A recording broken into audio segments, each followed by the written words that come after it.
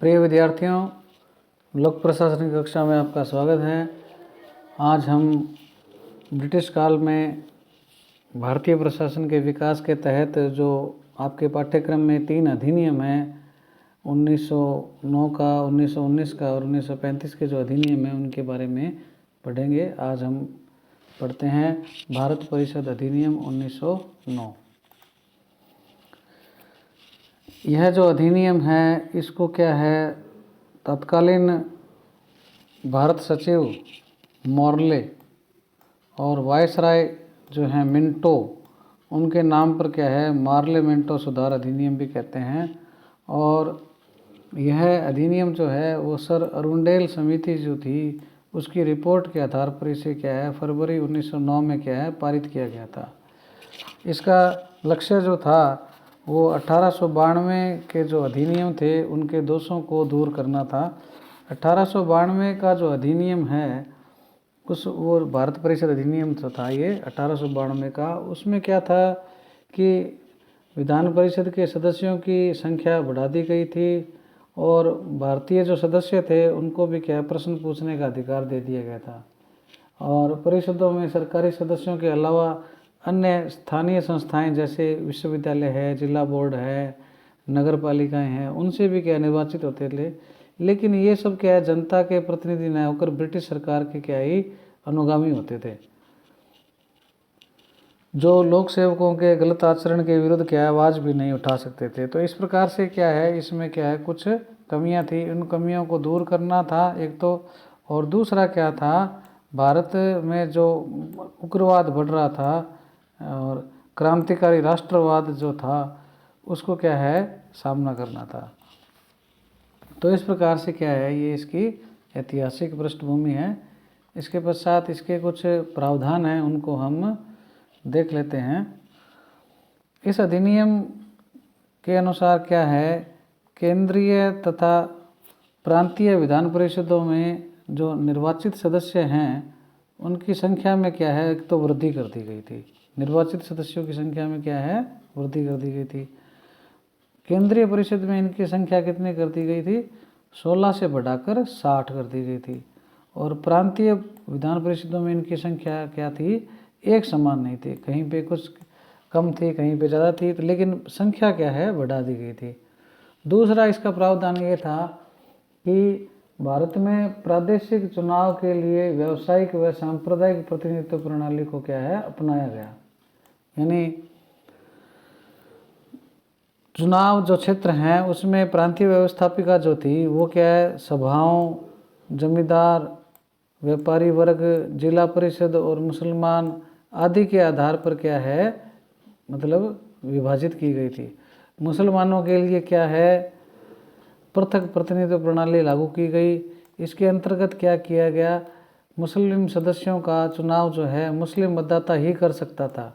Lord Minto जो हैं इनको क्या है सांप्रदायिक निर्वाचन के जनक के रूप में जाना जाता है, क्योंकि मॉर्ले मिंटो जो था इसमें जो लॉर्ड मिंटो थे उनकी ये देन थी। और इसके आधार पर ही क्या है इससे क्या है भारत में क्या है सांप्रदायिक जो विभाजन है उसकी क्या बाद में फिर नींव डल पाई।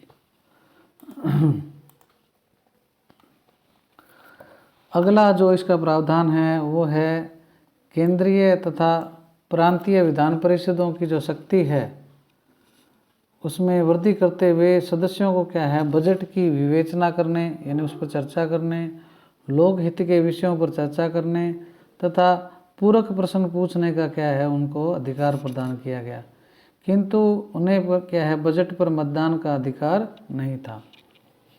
इस प्रकार से क्या है जो केंद्रीय और प्रांतीय विधान परिषद है उनकी शक्तियों में क्या है वृद्धि की गई। इसके अलावा इस अधिनियम के तहत क्या है भारतीयों को प्रशासन तथा विधि निर्माण दोनों कार्यों में क्या है प्रतिनिधित्व दिया गया। प्रतिनिधित्व का मतलब उनको क्या है सदस्य बनाया गया, शासन के संबंध में और विधि निर्माण के संबंध में। इस अधिनियम के द्वारा सर्वप्रथम भारत में भारत परिषद तथा वायसराय की जो कार्यकारिणी परिषद थी उसमें क्या है भारतीय सदस्यों को शामिल करने का प्रावधान किया गया। 2 भारतीय केसी गुप्ता तथा सैयद हुसैन विलग्रामी को इंग्लैंड की जो भारत परिषद थी उसमें क्या है नियुक्त किया गया, जबकि सत्येंद्र प्रसाद जो सिन्हा हैं उनको क्या है वायसराय की कार्यकारिणी में एक विधिक सदस्य के रूप में क्या है नियुक्त किया गया। तो इस प्रकार से क्या है एक तो क्या है इनकी शक्तियों में वृद्धि की गई, वित्तीय संबंधी, लोकहित परिचर्चा संबंधी, प्रश्न पूछने संबंधी, और दूसरा क्या है इसमें क्या है भारतीयों को प्रशासन तथा विधि निर्माण में प्रतिनिधित्व दिया गया, और इसमें क्या है जो वायसराय की जो कार्यकारिणी परिषद है और भारत की जो परिषद है उसमें क्या है मेंबर्स को क्या है भारतीय सदस्यों को क्या है शामिल किया गया। तो इस प्रकार से क्या है ये इसके क्या कुछ मूल बिंदु थे, और इसका हम मूल्यांकन यदि हम करें तो इसमें क्या है कि 1909 का जो अधिनियम है ये क्या है नरमपंथी जो राष्ट्रवादी थे उनको संतुष्ट करने के लिए बनाया गया था, परंतु वास्तव में इसका उद्देश्य क्या है राष्ट्रवादियों को उलझन में डालना था। राष्ट्रवादी जमात जो थी इनका जो समुदाय था उसमें क्या फूट डालना था और भारतीयों के बीच एकता न हो ऐसा उनका ये प्रयास था। मुसलमानों के लिए क्या इन्होंने पृथक निर्वाचन व्यवस्था शुरू की, वे विशेष सुविधाएं देकर के अंग्रेज सरकार ने क्या है भारत की एकता को खंडित करने का प्रयास किया। फिर भी उपयुक्त सुधार जो थे ये बिल्कुल बेकार नहीं थे, इससे क्या कुछ नई चीज़ें भी आई, क्योंकि भारतीयों का क्या प्रतिनिधित्व तो इसमें हुआ, उनको क्या है विधि निर्माण में प्रशासन में भी क्या है शामिल किया गया, उनको पूरक प्रश्न पूछने का अधिकार दिया गया, वित्तीय संबंधी भी कुछ शक्तियां दी गई।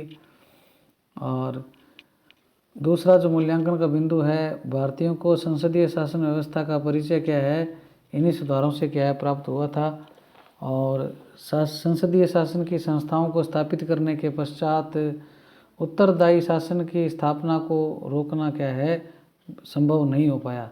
इसी से क्या है भारत आगे से आगे क्या है बढ़ता गया, जो स्वतंत्रता संग्राम की जो लड़ाई थी वो आगे बढ़ती गई।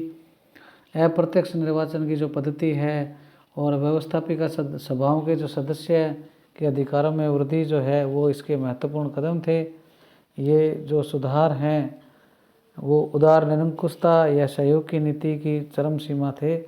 इस प्रकार से क्या है इसका हम निम्न बिंदुओं के माध्यम से मूल्यांकन कर सकते हैं।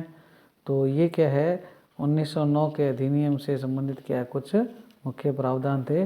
इसके पश्चात हम 1919 और 1935 के अधिनियम का अध्ययन भी करेंगे।